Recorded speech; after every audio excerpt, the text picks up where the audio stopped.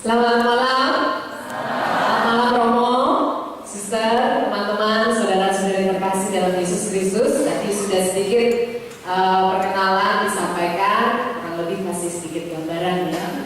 Tema kita hari ini adalah single, sexy, and smart. Sehingga saya punya waktu 1 jam, sehingga saya harus berusaha mem-pack. Karena sesungguhnya tema ini adalah tematis dari yang mau diangkat tentang ini.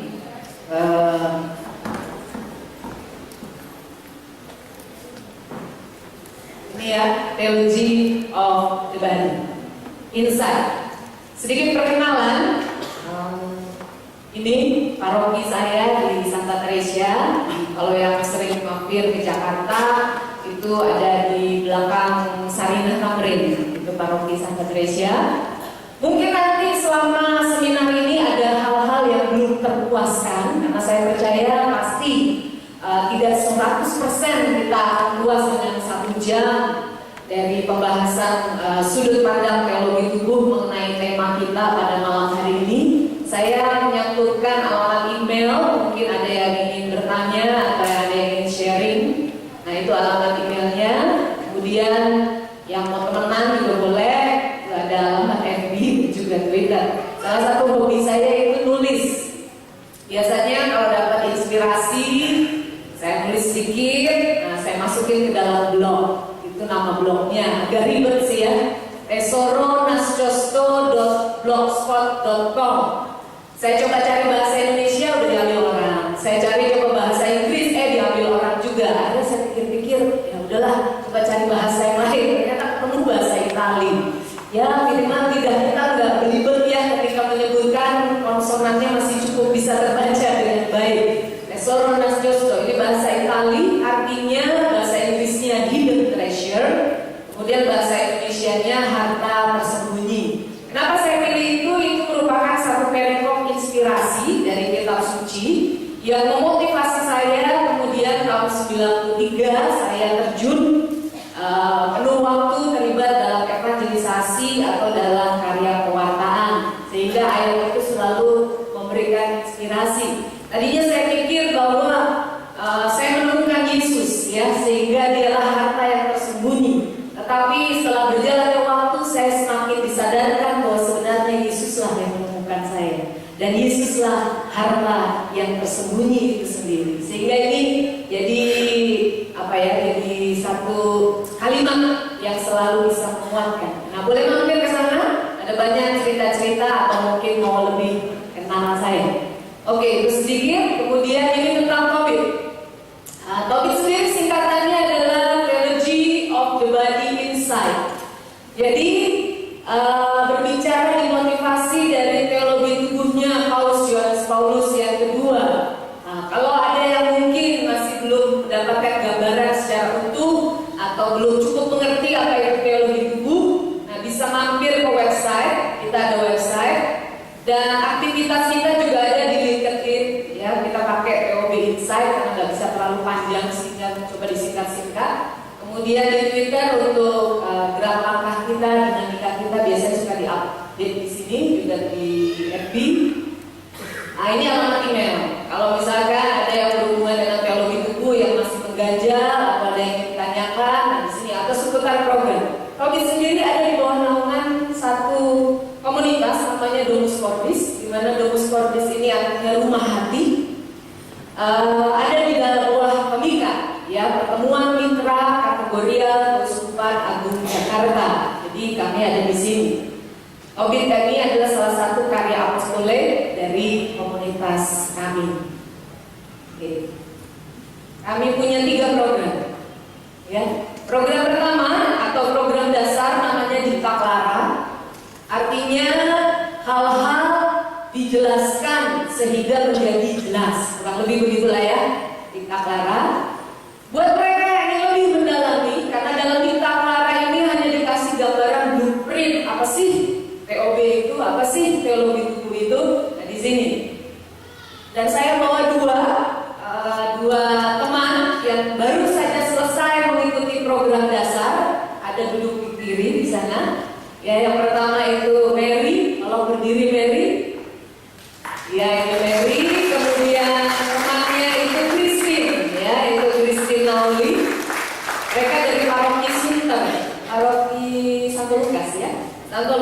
semester. Mereka saya ajak karena Christine itu pencipta lagu, sehingga saya rasa udah waktunya ya anak-anak muda yang bisa bikin lagu dan menghasilkan lagu-lagu yang bagus itu mulai dipromot, sehingga saya mau lagu dia nanti dinyanyikan. Semoga lagu ini boleh menjadi inspirasi juga buat teman-teman di Bandung. Mungkin lagunya mungkin juga terpicu untuk juga mulai membuat lagu-lagu untuk banyak orang muda. Oke, itu program. Nah, itu mereka berdua nanti akan saya minta mereka untuk nyanyi satu lagu mereka. Kemudian ini program lanjutannya namanya Donum Certum.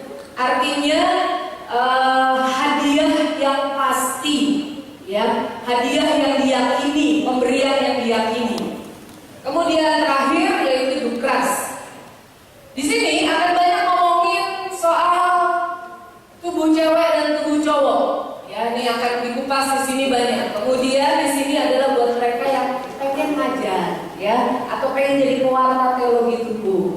Karena teologi tubuh akan banyak bicara soal tubuh, sehingga akan banyak bicara juga soal bukan medisnya, tetapi teologi tubuh justru mau mengajarkan bahwa kita bisa belajar tentang menjadi manusia yang sejati lewat tubuh kita. Nah, itu yang ditawarkan oleh Paus Yohanes Paulus II dengan teologi tubuhnya, sehingga akan banyak bicara gimana jadi cowok yang bisa menunjukkan martabat manusia yang sejati, gimana jadi cewek yang juga bisa mengangkat harkat martabat kecewekannya, bahkan bisa menjadi sebuah pemberian yang pasti, ya, itu. Banyak bicara juga soal seks, termasuk juga kalau bicara juga hal-hal yang berhubungan masalah-masalah seputar seksualitas. Kemudian juga dia akan bicara banyak juga tentang kehidupan, ya, itu akan banyak diangkat di sana. Nah, buat yang pengen mengajarkan entah untuk komunitasnya, untuk kategorialnya, atau untuk parokinya, nah mereka akan lanjut ke sini karena mereka akan dilatih untuk gimana cara mengajarkan teologi tubuh, baik untuk segmen anak muda misalkan, atau misalkan untuk pasutri, atau mungkin untuk kelompok-kelompok yang lain. Oke, tuh. Nah, ini. Teologi tubuh saya mulai di sini dulu ya. Teologi tubuh ini ngomongin apa sih? Secara ringkas, karena 1 jam nggak mungkin bisa menjelaskan secara detail. Teologi tubuh mau menjawab dua hal yang paling dasar. Entah kamu cewek, entah kamu cowok, tanpa sadar kalau kita mau berhenti sebentar dari segala kesibukan kita pasti akan mulai pernah bertanya tentang hal ini. Buat apa sih gua ada di dunia ini? Kenapa gua ada di sini? Ya. Teman-teman tak pernah mempertanyakan itu atau tidak? Mungkin sebaiknya perlu, ya, sekali dalam perjalanan hidup kita mempertanyakan hal ini. Kenapa saya jadi cewek? Kenapa saya itu nggak cowok aja? Ini cowok lebih menarik ya, lebih maco, ya, suaranya lebih ngebas. Dan mungkin dia perlu bertanya itu. Kok saya diciptakan ada di dunia ini jadi cewek? Begitu juga dengan yang cowok. Kenapa aku dulu lahir dari cewek aja? Ya, kalau cewek itu kan gemulan, ya, suaranya pun seperti burung kenari, begitu indah di telinga, gitu, berkeras. Gitu. Mungkin juga ada cowok-cowok yang mempertanyakan itu, atau hal yang lain, misalkan bukan soal gendernya, misalkan soal yang lain. Kenapa saya ada di sini? Kenapa saya ada di keluarga ini? Kenapa saya ada di paroki ini? Kenapa saya ada di komunitas ini? Itu sebuah pertanyaan. Teologi tubuh Paus Yohanes Paulus II menjelaskan selama 5 tahun awal dari kepausannya. Jadi dari tahun 79 sampai 84, dari mulai September sampai November 84, beliau tiap kali kasih katekese di Vatikan itu tiap hari Rabu suka diberikan katekese untuk umat yang hadir. Nah, itu beliau ngoceh soal ini terus, teologi tubuh. Dihitung total ada 135 kali ceramah ngomongin cuma tentang ini, tentang tubuh, tentang laki-laki, tentang perempuan, tentang laki-laki, tentang yang berhubungan dengan itu. Terus-menerus beliau ngomong tentang hal ini. Sampai kemudian beliau sendiri mengatakan bahwa pengajaran ini beliau kasih nama ini teologi tubuh.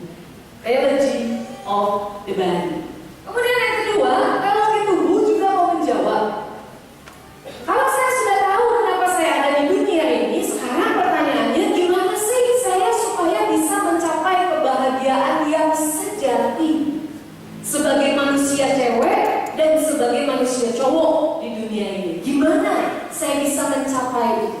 Karena saya percaya setiap kita merindukan ini, kebahagiaan yang sejati.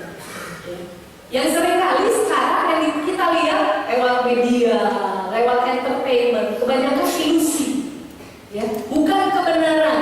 Justru teologi tubuh mau bicara soal kebenaran, mau bicara soal kebaikan, mau bicara soal keindahan. Nah, ini yang dijelaskan lewat teologi tubuh, mau jawab dua itu. Kalau ada di antara teman-teman sedang mencari dua hal ini, coba deh pelajari teologi tubuh. Karena saya sangat percaya, dan banyak juga peserta yang sudah sangat ikut, yang pernah ikut sampai selesai, mereka menemukan untuk apa saya ada di dunia ini dan bagaimana saya bisa mencapai kebahagiaan yang sejati. Kalau nggak bisa ke Jakarta, jangan khawatir, beli bukunya, ada. Theology of the Body. Mungkin sekarang di toko buku Katolik masih belum ada, belum diterjemahkan, jadi masih bahasa aslinya itu bahasa Inggris maksudnya. Nah, itu bisa pesan online juga bisa. Tapi juga ada buku-buku penjelasannya. Salah satunya yang di Indonesia itu Lihatlah ke Buku. Tapi kalau dari sumber dalam bahasa Inggris jauh lebih banyak. Ya, bahkan TOB for Teens juga ada. Tapi kalau teman-teman ada yang udah pernah baca Theology of the Body for Teens, sebenarnya isinya itu bukan buat teens, tapi lebih cocok buat mahasiswa ataupun eksekutif muda. Karena rupanya orang bule lebih cepat mature gitu ya daripada anak-anak remaja juga. Atau mungkin saya salah, yang bisa juga. Nah, itu juga bisa dicari untuk memahami apa sih teologi tubuh itu.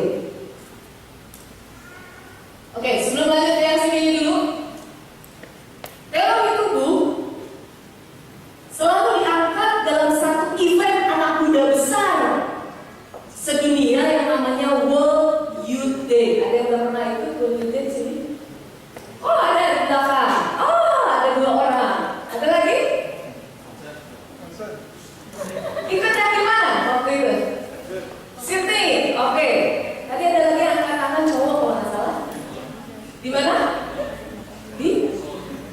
Di Köln, di Jerman ya. Jadi tiap 3 tahun atau tiap tergantung ada event tertentu bisa 2 tahun itu selalu diadakan World Youth Day.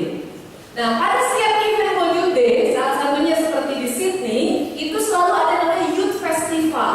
Youth Festival itu panggung di sepanjang kota. Jadi mau yang suka musik apa semuanya bisa ngumpul situ, atau ada alternatif lain seminar seperti ini.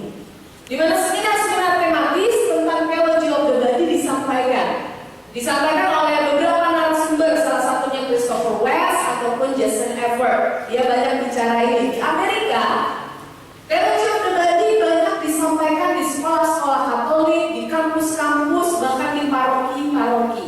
Hasilnya apa yang terjadi setelah 10 tahun? Di mana dulu yang namanya free sex dari mulai grade awal sampai junior high school itu tinggi banget.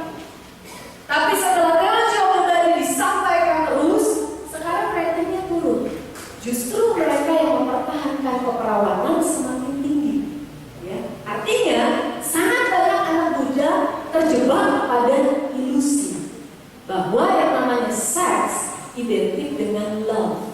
Love is sex. Sex is love. Sehingga seperti itu. Tapi justru Theology of the Body banyak membantu mereka. Nah, ini di Brazil ya. Ya, tahun ini kalau nggak salah bulan depan. Bulan Juli. Di sini ada 23 Juli sampai 28 Juli. Ya. Dan ini adalah salib WGD dibawa ke tiap-tiap negara penyelenggara. Jadi selalu ini kayak salib estafet.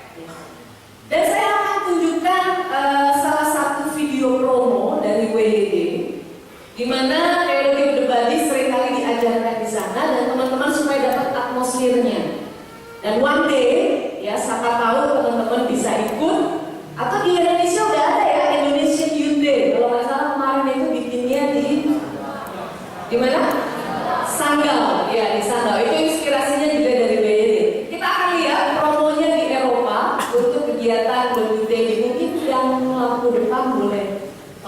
dimatikan supaya cukup jelas ke belakang.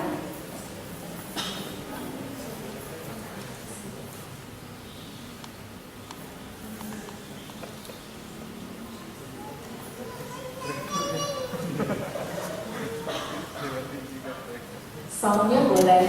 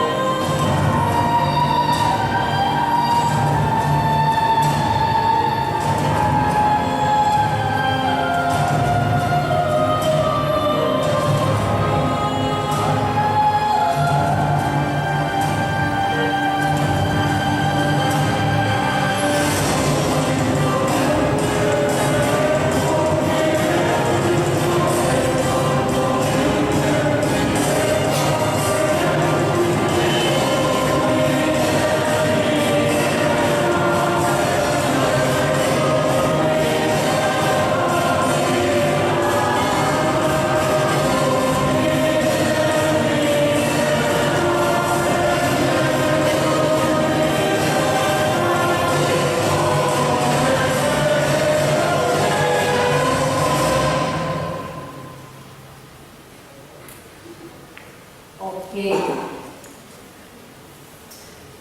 Ya, tetapi sungguh-sungguh dalam pertemuan atau perkumpulan itu menjadi sebuah pewartaan, ya, pewartaan iman.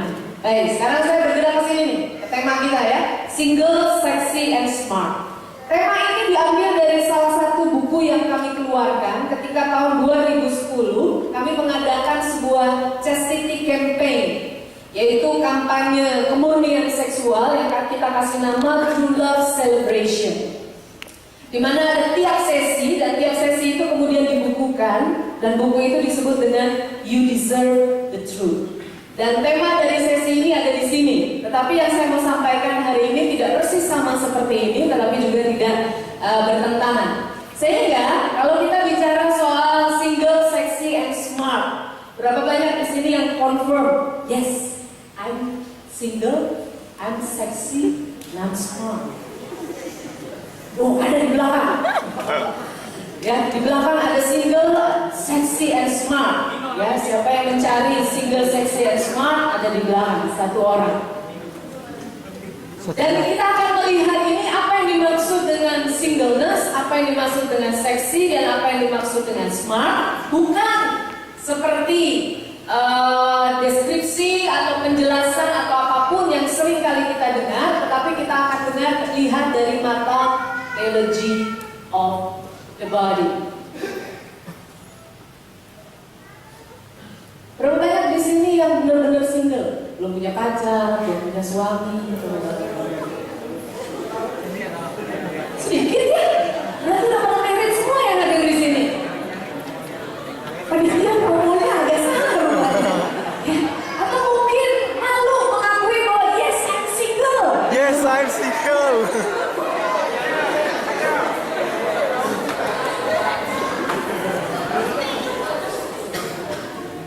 Dan banyak teman-teman ini sesuatu hal yang mungkin dalam hidup kita, dinamika yang sering kita alami, ya. Bahwa kadang-kadang ada yang berpikir single itu menjadi beban. Beban dalam arti mungkin udah berusaha dengan segala daya, segala upaya, ya, udah berusaha upgrade dari ujung rambut sampai ujung kaki, tetap aja single. Jadi rasanya udah capek aneh gitu, sehingga ya untuk bisa declare yes I'm single itu kayaknya aduh, kesannya kalau single itu konotasinya negatif. Nah bayangkan kalau single itu konotasinya negatif, gimana dengan selibat? Single ini beda ya dengan selibat ya. Seperti itu beda. Karena single ini bisa juga maybe nanti dia selibat, tapi bisa juga dia menikah. Kalau gitu Bu berbicara tentang panggilan hidup juga, ya. Akan menyorot ke situ juga. Apakah saya hidup menikah? Apakah saya hidup sebagai selibat? Karena seringkali dalam masa-masa single seperti ini, pertanyaannya ini sering muncul. Kok udah nembak cewek 7 kali? Ditolak terus. Jangan-jangan saya sebenarnya panggilan saya jadi imam. Nggak pernah diterima, ditolak terus ya. Dengan segala upaya, udah baca teknik, cari di Google bagaimana cara menembak yang baik. Udah dilakukan tahap 1, tahap 2, tahap 3, tetap juga enggak. Atau terutama untuk cewek-cewek. Nah, cewek-cewek ini juga menjadi problem. Ya. Apalagi oke, umur 20 masih oke lah gitu kan, 20 gitu sih.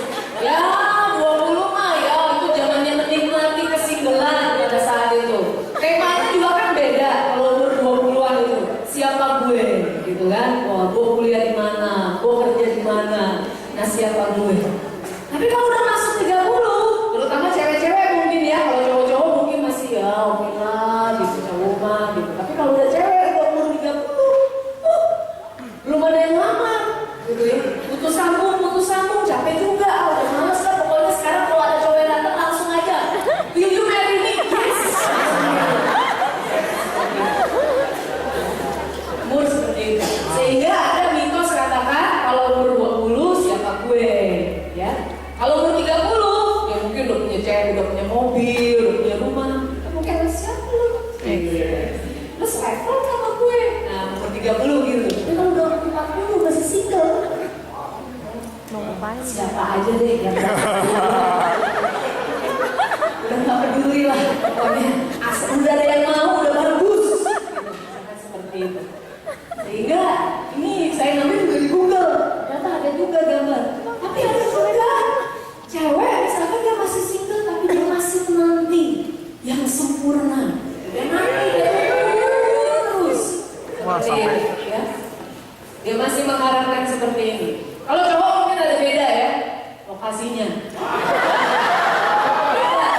Dia single. Tapi juga nyari gitu, nyari kira-kira wah wanita cewek idaman ya untuk jadi mempelai, untuk menjadi pasangan hidup yang seperti apa. Tapi nunggu nyari. Ya udah habis berapa cangkir kopi dan berapa batang rokok juga nggak datang. Tapi ada juga mungkin dia nggak nanti, akhirnya begini. For any woman, ya bisa juga. Ya semua ya pokoknya cewek mana aja bisa juga kayak gitu. Buat cewek-cewek mungkin saya nggak usah bilang siapa yang umurnya 30-an, nggak usah bilang gitu. Pokoknya bisa juga menjadi frustasi ketika udah single, terus dibilang kayak gini, jadi jangan pikir, gak ada kok cowok yang sempurna. Namanya kita manusia, pastilah punya kekurangan.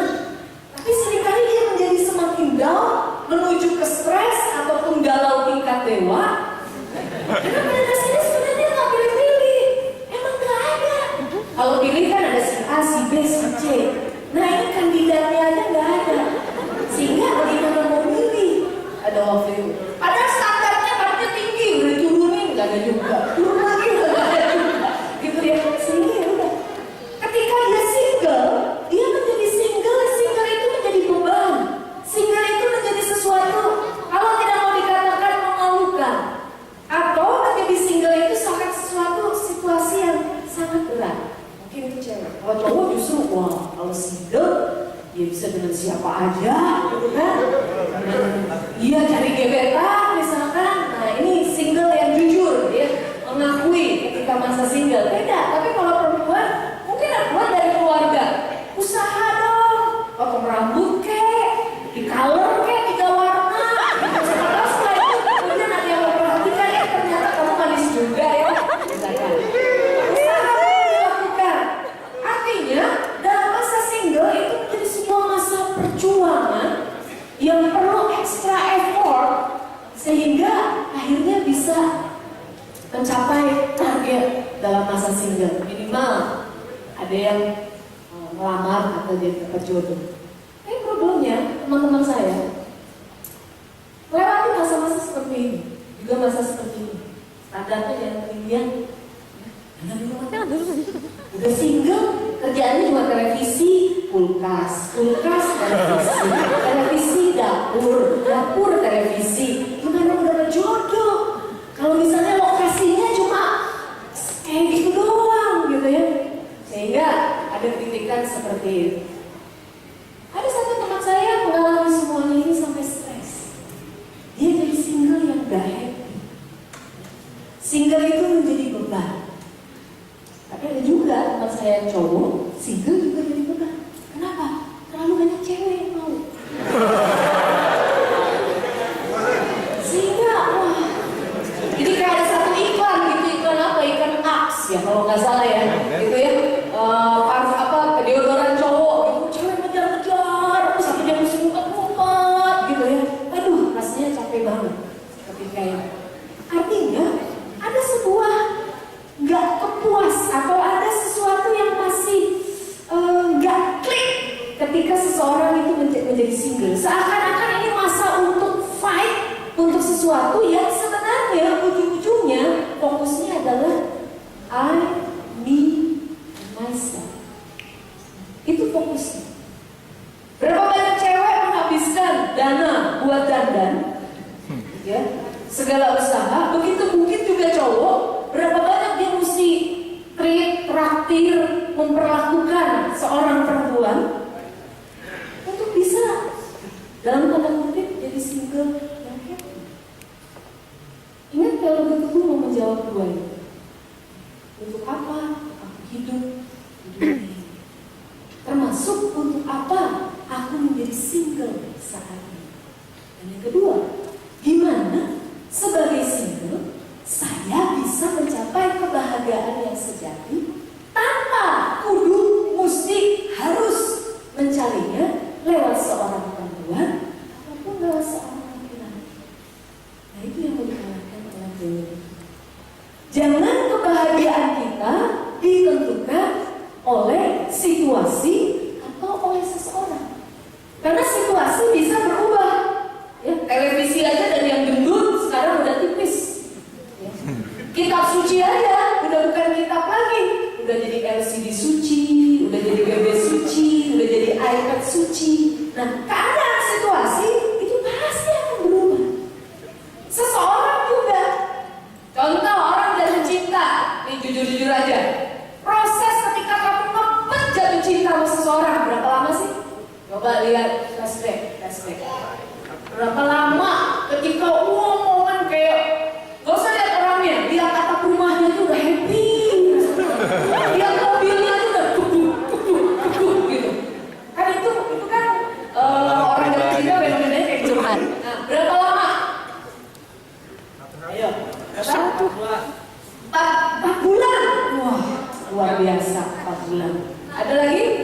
6 bulan. Oke. Sebulan. 11 tahun.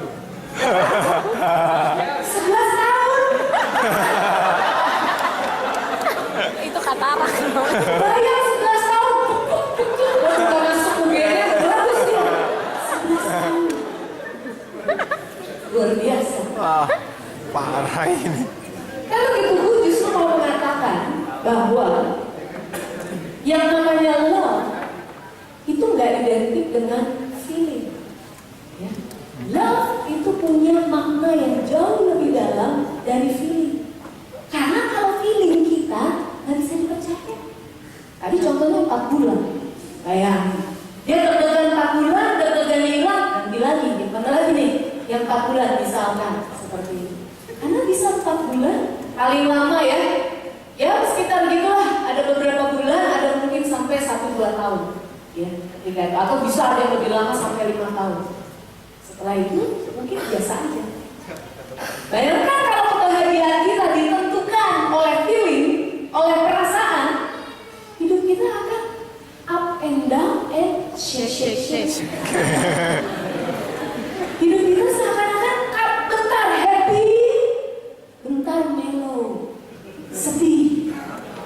Kalau nggak bertanya buat apa gua ada di dunia ini, gua udah berikan ini, gua udah lakuin ini, seakan-akan nggak ada artinya. Mulai nangis, mulai curcol, telepon sampai pagi.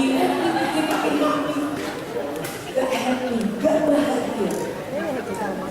Lalu itu gua mau mengatakan, nah ini adalah satu kata-kata penghiburan buat yang single. Yuk kita baca bareng-bareng. I'm single because God is busy writing the best love story for me. Wah, kayaknya cewek-cewek happy nih. Cowok-cowok mau ada yes gitu di sebelah situ ya. Berarti mengimani tentang hal ini. Iya.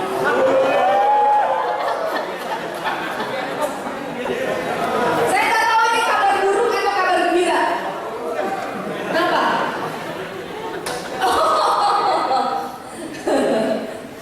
Perlu disebutin nggak usah kali ya. Ini saya ambil salah satu contoh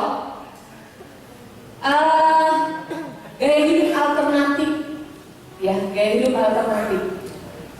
Ini banyak terjadi, tapi yang mau saya angkat bukan itunya. Ada sebuah survei penelitian bahwa di Korea kecenderungan saat ini cowok-cowok Korea lebih cenderung memilih untuk tidak menikah dan presentasinya selalu naik. Bahkan kemarin saya diminta untuk ke Singapura waktu itu, dan ternyata di Singapura juga sama. Ya, presentasi cowok yang tidak menikah itu semakin tinggi. Maka cewek-cewek berdoalah lebih keras, karena ternyata semakin sulit untuk mencari pasangan hidup ya pada zaman ini. Kenapa? Ada banyak alasannya. Pertama, mungkin itu buat apa sih? Buat seks. Seks lo bisa di mana aja, kapan aja, siapa aja. Kenapa juga harus menikah untuk dapetin seks? Misalkan ada seperti itu. Alternatif yang lain, mungkin kekecewaan. Ya. Ada hal-hal lain. Atau mungkin merasa, wah ngapain juga mesti berbagi ya? Oh udah kerja susah-susah, udah capek banting tulang. Mendingan nikmatin sendiri. Lakukan apa yang gue mau. Nah, perhatikan gaya hidup zaman ini kembali berpusat pada I, me, and myself. Justru ini yang mau di-counter oleh theology of the body. Sehingga mau kita lihat, ketika saya single, gimana saya bisa jadi single yang fully and happy. Kenapa? Karena happy bisa juga cuma ilusi. Tetapi kalau dalam masa single bisa menemukan holiness, pasti happy. Dasarnya dari mana? Beliau berkata demikian. Kita baca bareng-bareng. 1, 2, 3. Do not be content to live a mediocre Christian life. Walk with determination along the path of holiness. Dasarnya dari mana teologi tubuh mau mengajak kita menjelaskan tentang ini? Dalam teologi tubuh ada satu istilah yang disebut dengan original solitude, di mana diterjemahkan dengan sebutan manusia asali. Setiap orang, baik cowok ataupun cewek, entah dia homoseksual ataupun heteroseksual, diminta oleh Paus Yohanes Paulus II untuk melihat kisah pertama kali manusia diciptakan. Di mana dalam kitab Kejadian, manusia itu diciptakan menggunakan kata Adam. Tetapi kata Adam di situ bukan bicara soal gender, kata Paus yaitu Yohanes Paulus II. Kata Adam di situ berbicara tentang manusia. Artinya entah dia gender laki-laki atau gender perempuan.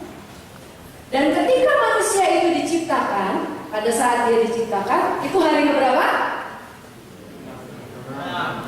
Hari ke-6. Oke. Ketika manusia itu diciptakan, Allah sebelumnya sudah menciptakan yang lain-lain kan? Bumi, lalu kemudian terang, gelap, dan juga binatang. Dan ketika Adam diciptakan, teologi tubuh mau mengatakan ini. Adam itu diciptakan pertama-tama alone, sendirian. Mungkin ada kasus tertentu ketika lahir udah langsung 6 misalkan, tapi jarang banget. Karena setiap manusia pasti lahir kalaupun kembar satu-satu. Gak mungkin dua-duanya gitu, gak mungkin. Pasti satu-satu.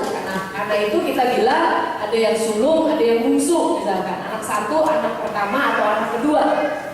Ini punya makna kata teologi tubuh. Bahwa setiap manusia diciptakan awalnya pertama-tama dia sendirian. Artinya singleness is not a curse. Kesendirian itu bukan kutuk.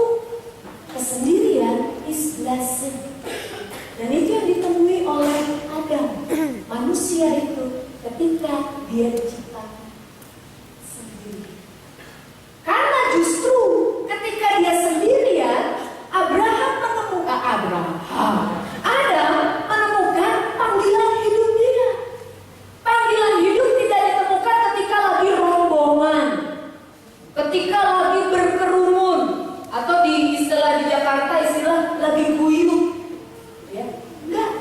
Ketika belum Allah berbicara ketika kita sendiri. Problemnya banyak juga anak muda Katolik ya, tidak menemukan itu ketika dia sendirian. Saya bawa boleh tolong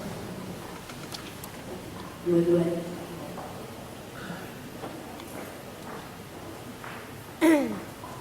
Salah satu pengajaran dari teologi tubuh mengajarkan soal hati manusia.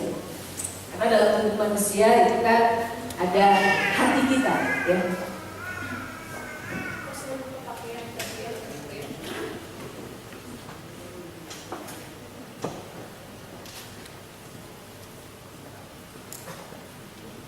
Ya, demo.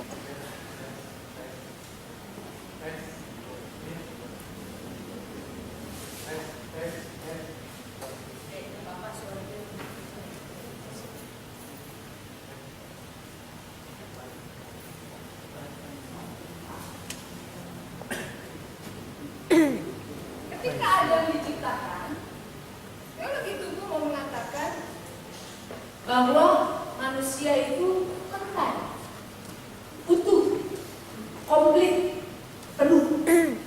Ketika Adam diciptakan, hati manusia ketika diciptakan full dengan apa? Dengan kasih, dengan cinta. Dan itu ditemui Adam ketika dia sendirian. Kenapa? Karena pada saat dia sendirian, Adam melihat gak ada manusia yang lain. Gak ada manusia yang lain. Dia lihat ada tubuh yang lain, beda. Kok hidungnya kepanjangan, bulunya kebanyakan, monyet misalkan gitu ya. Ada tubuh, tapi kok gak seperti tubuh saya. Berbeda. Ya, ada lagi kekecilan kayak semut. Dia bilang, kok gak ada yang seperti tubuh saya. Dengan kata lain, Adam mulai bertanya,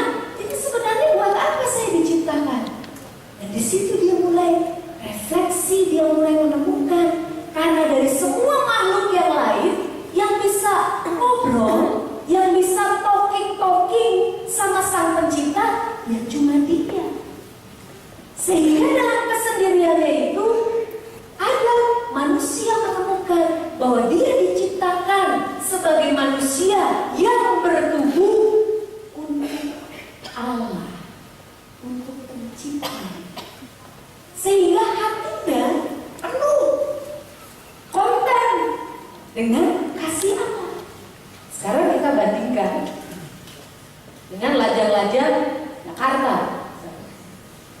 Udah nyala ya? Belum ya?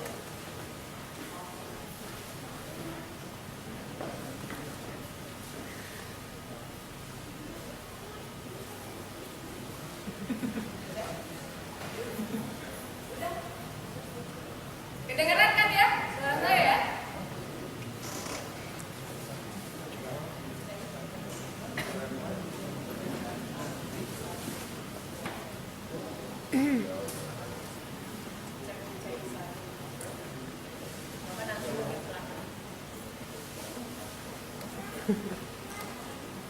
Orang muda ke Jakarta. Oke, thank you, terima kasih.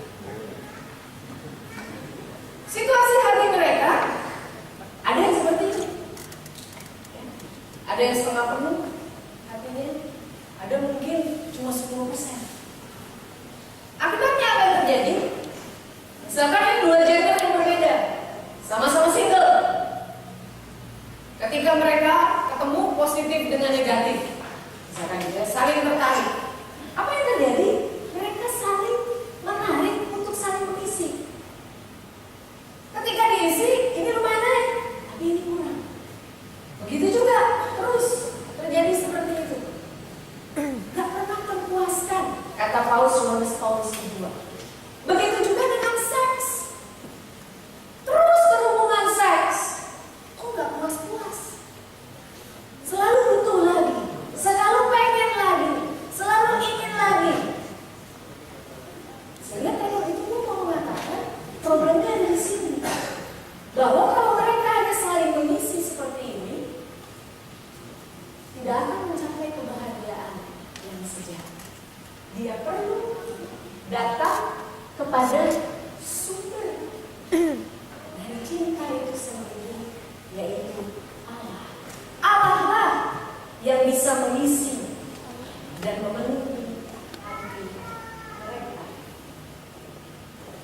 Sehingga singleness, ketika single itu blessing pertama. Temukan intimacy dengan penciptamu. Itu tujuan kita sendiri. Karena setiap manusia lahir sendirian, mati juga sebenarnya sendirian. Itu bukan sebuah kebetulan, itu ada makna yang dalam. Dan teologi itu mau mengatakan bahwa ketika sendirian, manusia menemukan keintiman dengan Allah. Salah besar kalau manusia mencari kepuasan lewat seks, dan itu yang terjadi dengan problem tadi antara orang muda, ya, bahkan anak SMP. Ketika seks mulai masuk dalam anak SMP, apa yang terjadi? Mereka saling tarik menarik. Padahal jelas-jelas nggak cocok, berantem melulu, tapi hanya karena seks mereka berusaha mempertahankan relasi itu. Padahal udah jelas-jelas nggak happy, udah jelas-jelas beban. Salah satu saya baca lirik lagunya Maroon 5 yang terbaru, apa tuh namanya? Yang terbaru tuh, yang video klipnya dia sama satu cewek yang ada punya anak. Lagu apa sih? One More Night. One More Night. Sebenarnya jelas kalau baca liriknya, mereka itu tonjok-tonjokan, ya, mereka itu mungkin jambak-jambakan, tapi just one more night. Habis sebenarnya udah mau ditinggalin, tapi ketika dicium, ya udah one more night lagi. Sehingga mereka mencari kepuasan diharapkan dari satu sama lain. Mereka nggak mau sampai. Nah, sekarang saya mau kasih kesempatan teman saya, Mary dan juga Christine. Christine ini dikasih satu lagu judulnya Sunflower, di mana sunflower ini mau menggambarkan tentang Allah. Kalau teman-teman pernah perhatikan bunga sunflower itu selalu cirinya apa? Mekar. Menghadap ke matahari. Kalau mataharinya bergerak, maka bunga sunflower akan bergerak ke arah matahari. Matahari itu adalah Allah. Gambarannya adalah Allah dalam lagu ini. Sehingga bagaimana dalam lirik lagu ini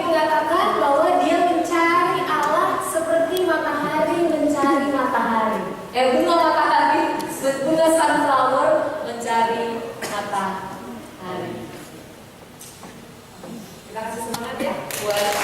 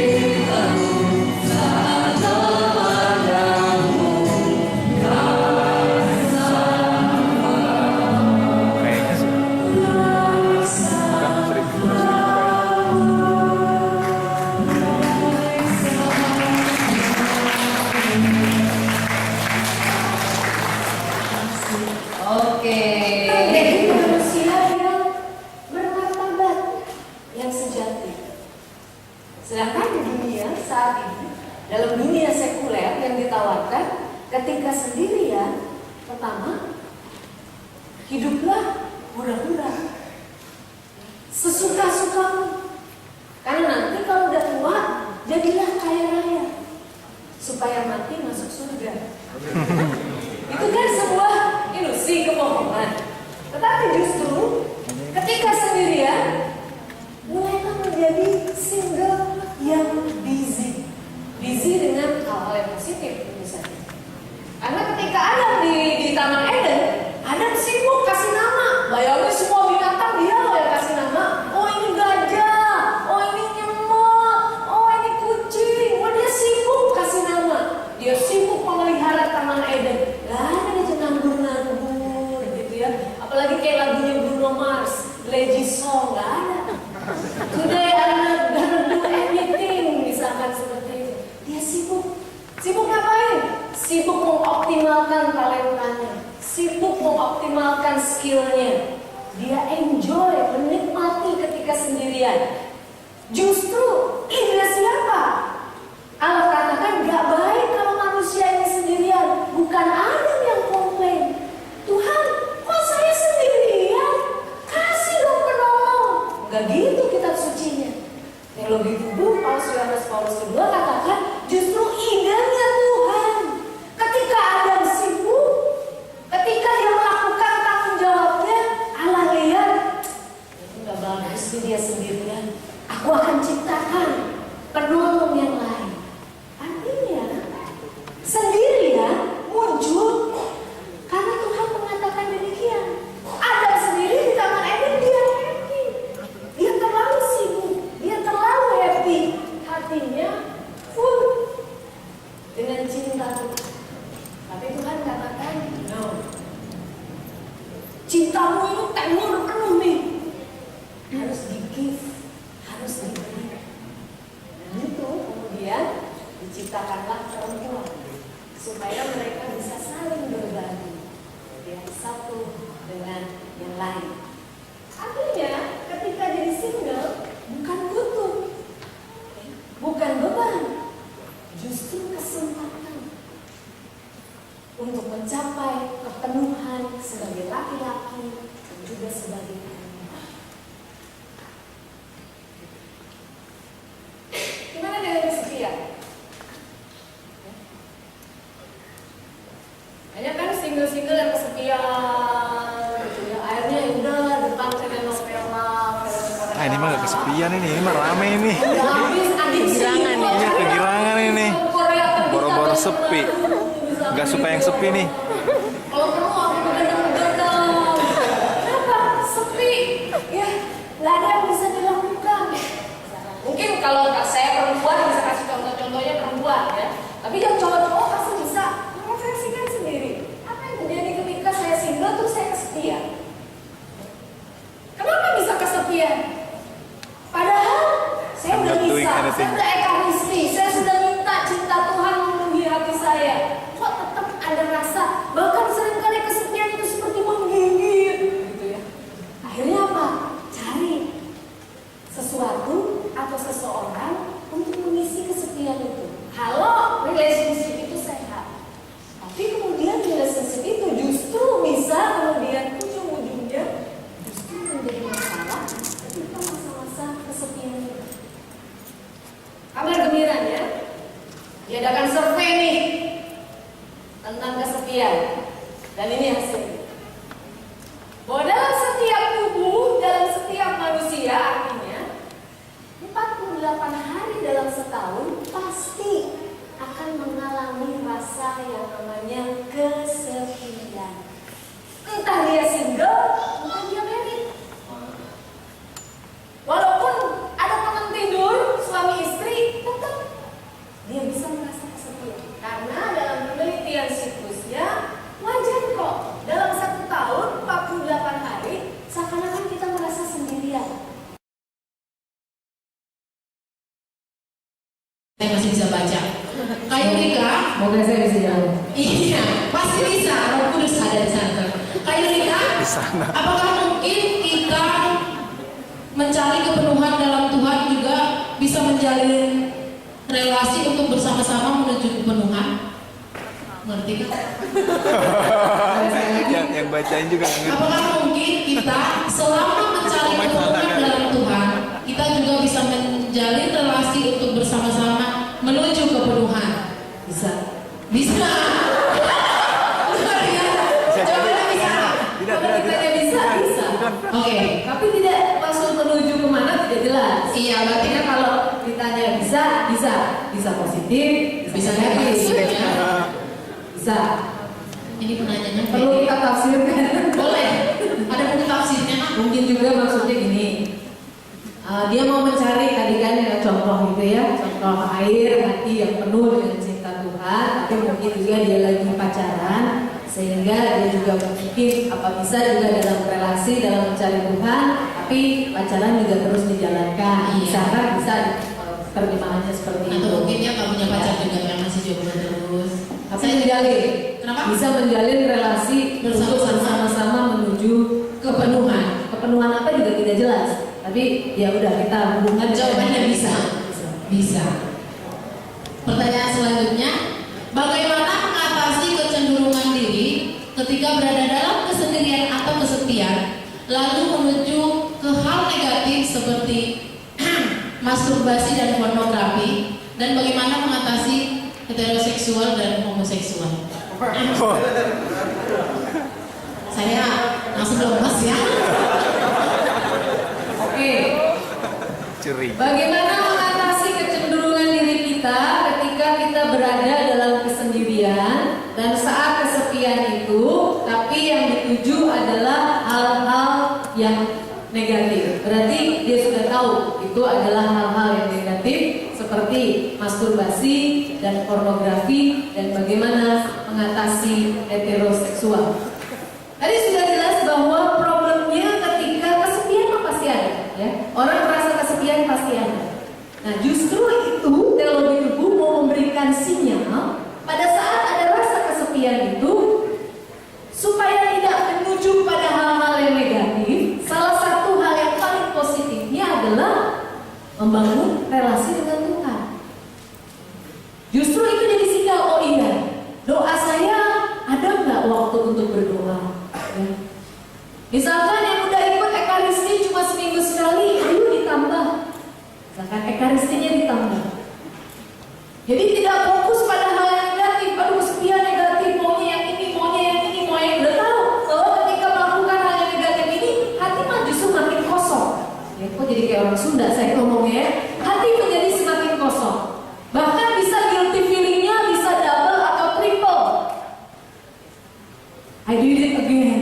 Misalkan gitu temanya ya. Jadi seakan-akan aduh, single itu jadi curse. Nah, coba dirubah.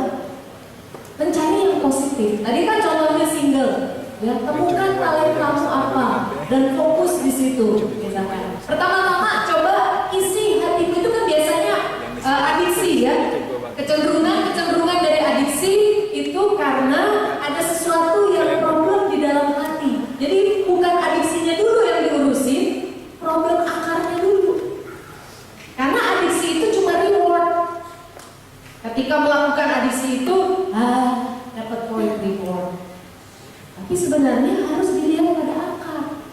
Nah, biasanya selalu akarnya pada hati. Hati yang terbelenggu, hati yang sempit, hati yang kosong. Nah, itu dibenahi dulu di situ. Saya nggak akan bilang satu kali klik langsung kemudian pribadi orang ini bisa berubah. Dan bagaimana mengatasi heteroseksual atau homoseksual? Maksudnya apa? Supaya yang hetero jadi homo, yang homo jadi hetero. Siapapun, ya. Gereja Katolik menyatakan bahwa entah dia heteroseksual, entah dia homoseksual, dia dipanggil ketika single untuk menerapkan chastity. Bukan kecenderungan homoseksual yang salah, karena kenyataannya ada banyak, ya. Bahkan banyak juga kasus-kasus. Karena ada orang yang punya kecenderungan seperti itu. Orang itu jangan dibenci, bukan untuk disingkirkan. Gereja Katolik, bahkan dalam katekismus Gereja Katolik dikatakan orang homoseksual pun dipanggil untuk menerapkan atau untuk mewujudkan cinta. Dia perlu dilatih, berlatih itu.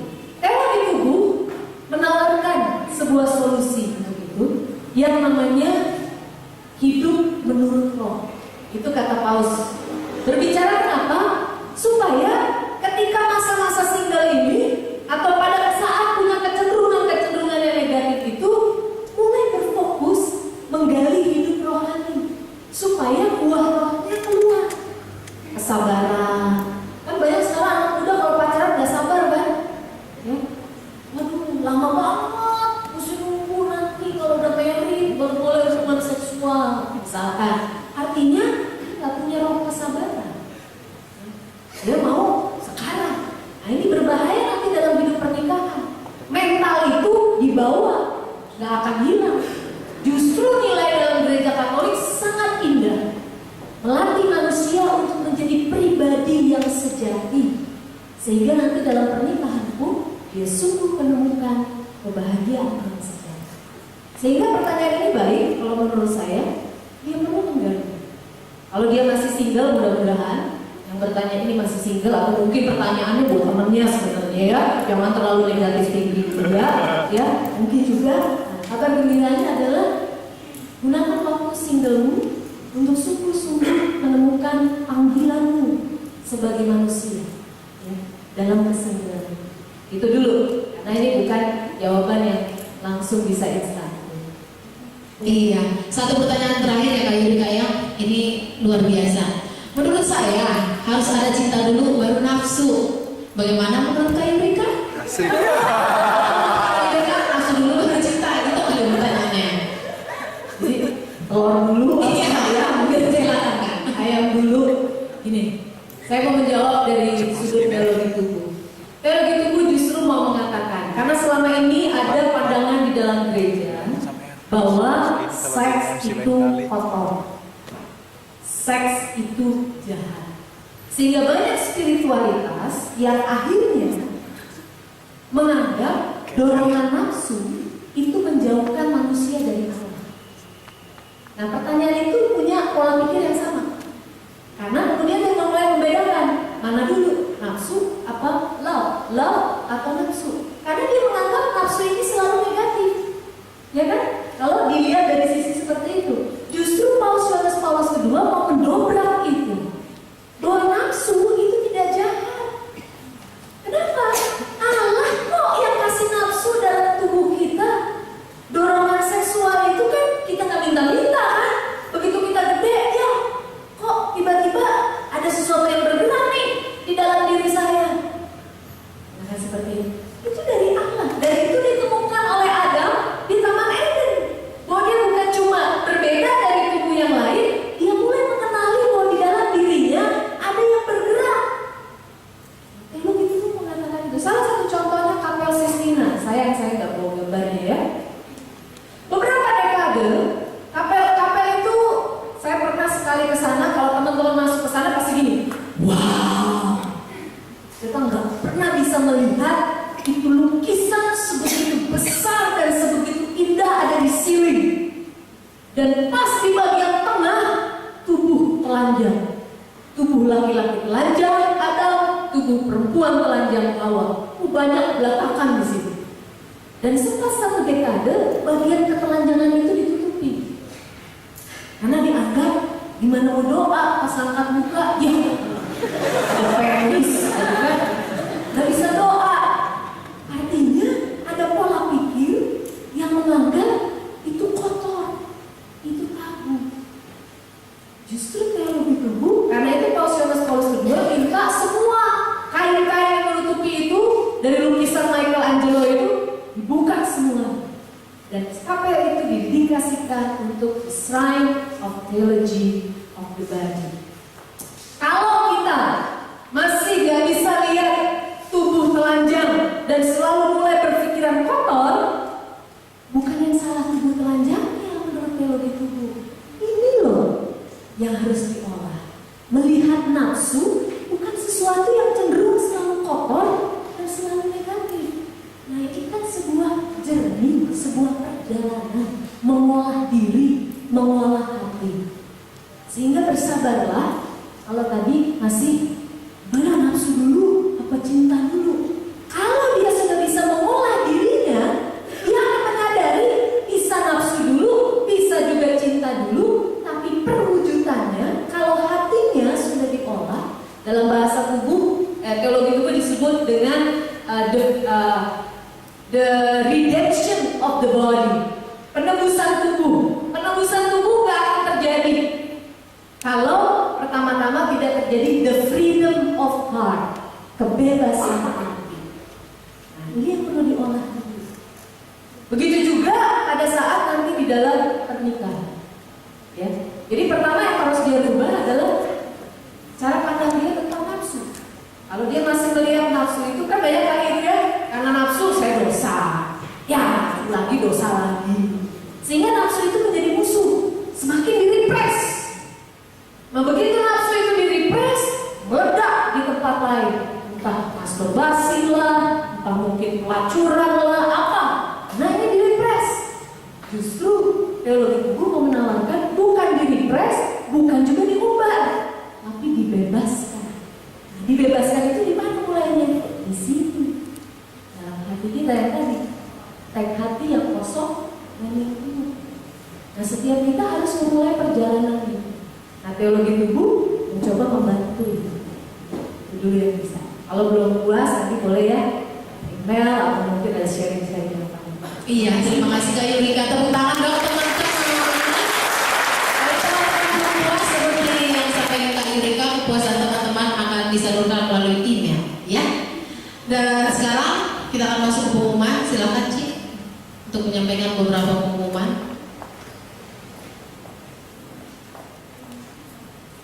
Selamat malam saudara-saudari teman-teman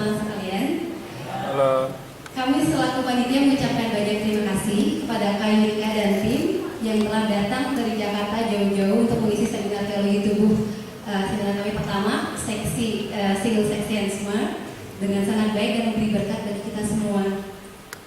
Kami ucapkan juga terima kasih kepada pastor-pastor paroki, khususnya Pastor Noman yang duduk selalu di belakang dan juga kepada Pastor Luis untuk dukungan moral dan doanya sehingga acara ini dapat berjalan dengan baik. Terima kasih juga kami ucapkan kepada OMK Laurentius untuk musiknya dan dengan segala support yang telah diberikan. Terima kasih. Dan akhirnya kami berterima kasih kepada para peserta, saudara-saudari, teman-teman semuanya untuk kehadirannya, keikutsertaannya dan perhatiannya selama acara ini berlangsung. Mohon kehadirannya pada acara seminar teologi tubuh selanjutnya 2 minggu lagi pada hari Senin tanggal 8 Juli dengan waktu dan tempat yang sama di sini dengan tema Naked for Freedom tentang bahaya pornografi dan konsekuensinya.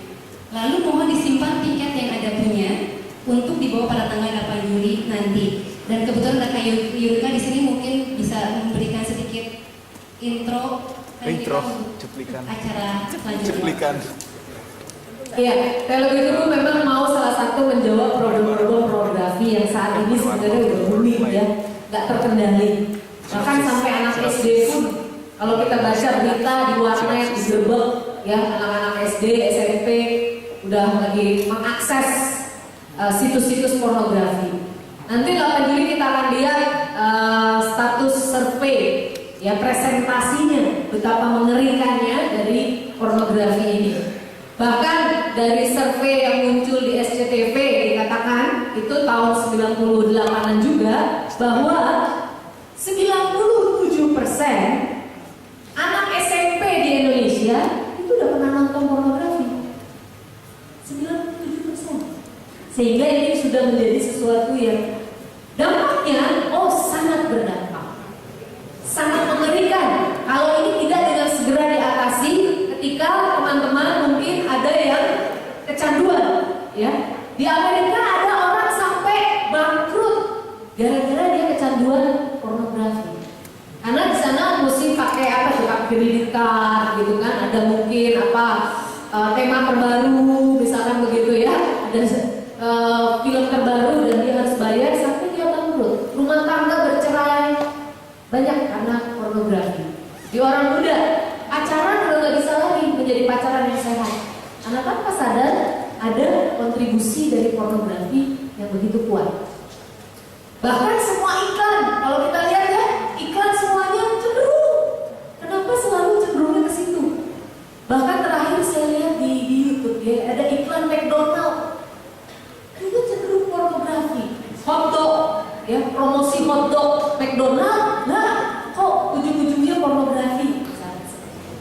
Nah bahayanya pornografi dari hasil penelitian resmi pemulihannya jauh lebih sulit dari mereka yang kecanduan drugs.